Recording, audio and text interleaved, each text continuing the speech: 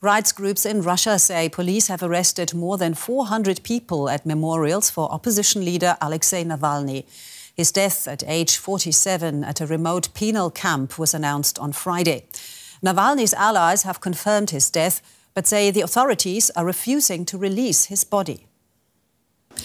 Let's go to the Munich Security Conference and bring in the CEO of Hermitage Capital Fund and Putin critic Bill Browder. So very good to have you with us.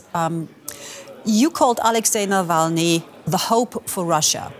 Well, now that he's gone, what does it mean for the future of Russia and its opposition, given the upcoming election as well? Well, I think that the reason that Putin killed Alexei Navalny, and make no mistake, that is what happened here. The purpose of this murder is to send a message to anybody in Russia who's even thinking about challenging Vladimir Putin, that if you challenge Vladimir Putin, you will be killed.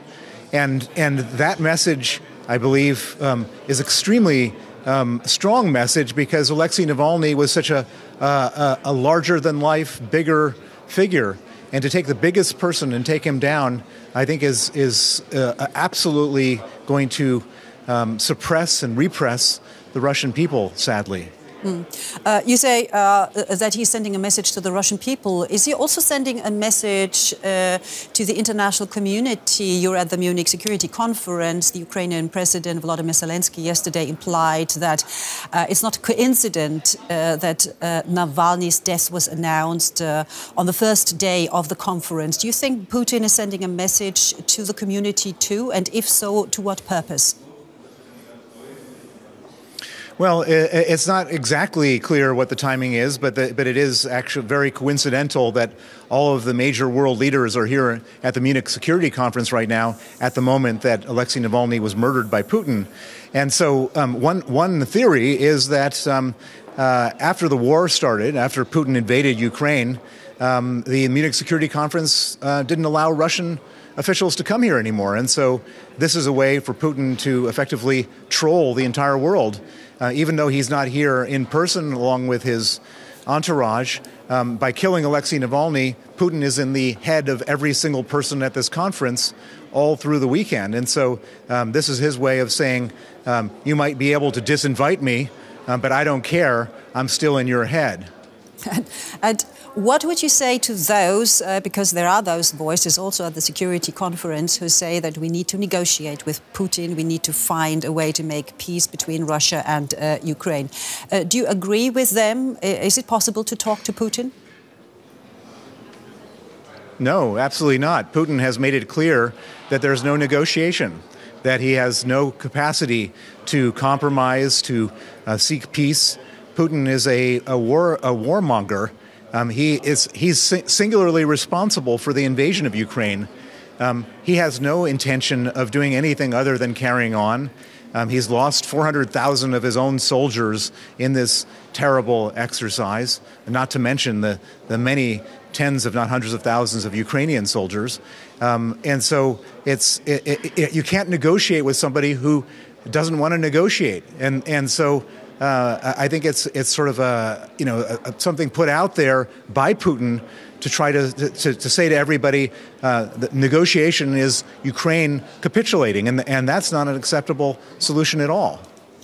Now, does the news of Navalny's death make you worry about the fate of your close friend, Vladimir Kamura, who is also a Russian opposition politician, currently serving a 25-year prison sentence in Siberia?